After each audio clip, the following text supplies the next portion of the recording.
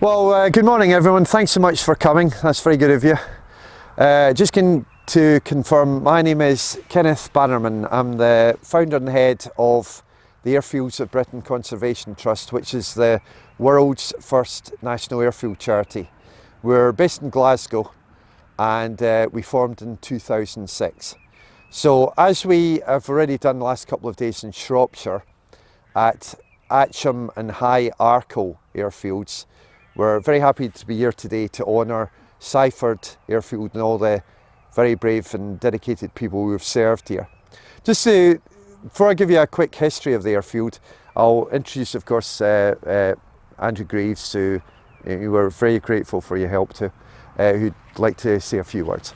Yeah, well, thank you very much to Kenneth for his hard work in the last sort of 12 months almost to plan this memorial. So yeah, thank you very much to Kenneth and the Airfields of Britain Conservation Trust. Thanks.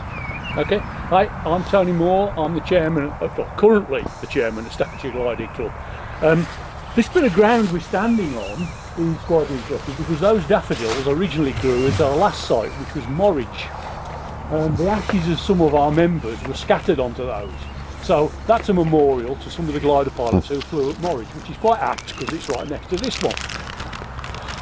Since we've been here in 1992, we've done over 100,000 glider flights, which is probably more than the RAF ever did when they were flying here.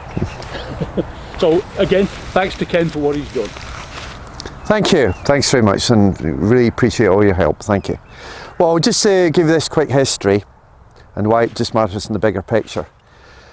Seighford airfield the land for it was requisitioned in the spring of 1941, and then it took the usual year or so to get the airfield built. There's a bit of an ongoing debate as to when the airfield first opened.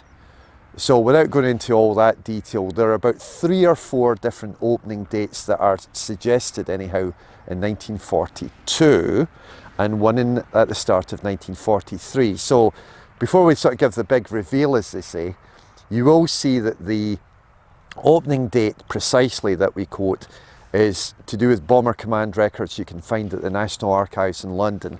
And this is the confirmed date when Seighford fully opened as a bomber operational training unit satellite airfield. So just mention that, just thinking for the future as well.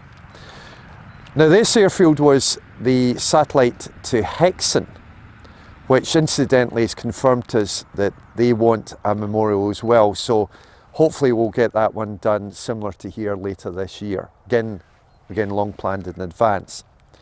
So the airfield, fair to say, really got going anyhow come the late summer of 1942. We've carried out all sorts of research. It gradually built up, like I was saying about this question mark over the opening date. So this was to do with number 30 operational training unit based at Hexham. And needless to say, just for there alone, over the next couple of years, Seighford, along of course with Hexham, played an enormous part in the winning of World War II. Vickers Wellingtons were primarily based here for advanced bomber training, and they also flew, for example, nickel sorties, leaflet dropping.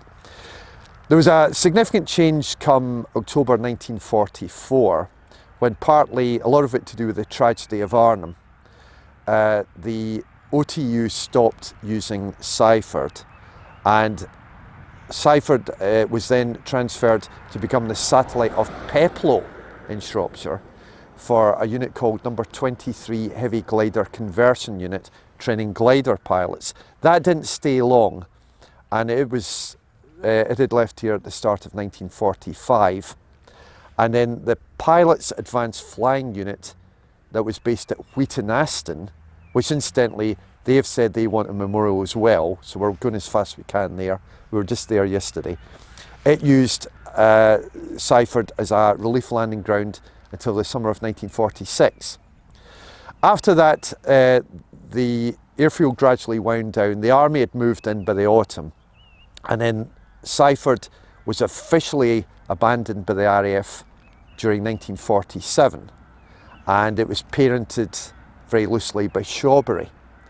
But the airfield hadn't been forgotten about, and then in the mid-1950s, famous aircraft firm Bolt and Paul, based at Wolverhampton, they acquired Seighford as a modification airfield, conversion airfield, however you want to call it, for modifying aircraft, notably English electric Canberra jet bombers.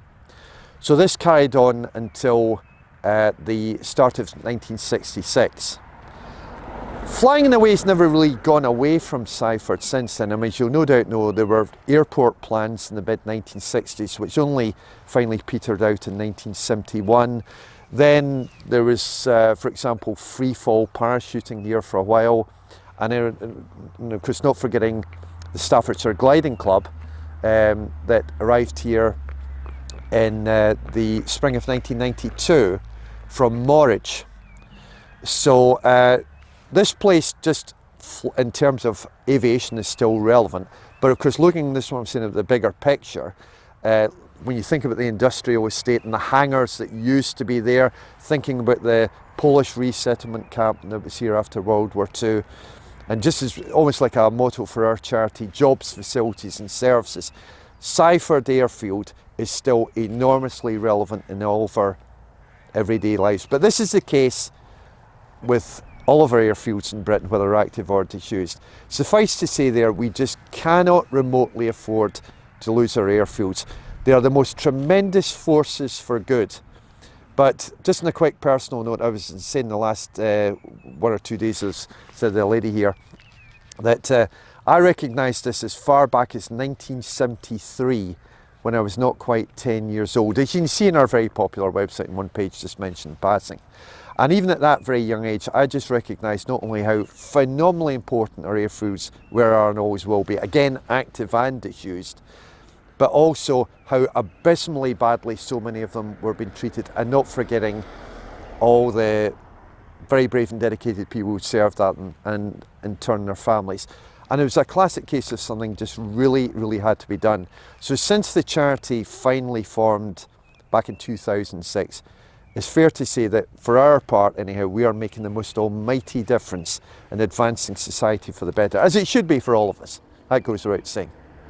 So again, thanks so much for attending, and therefore Andrew, Tony and I were extremely happy to be unveiling this latest memorial to yet another of Britain's absolutely priceless and top physical and historical assets, in this case the one and only Seighford Airfield. Thank you all very much. Thank you.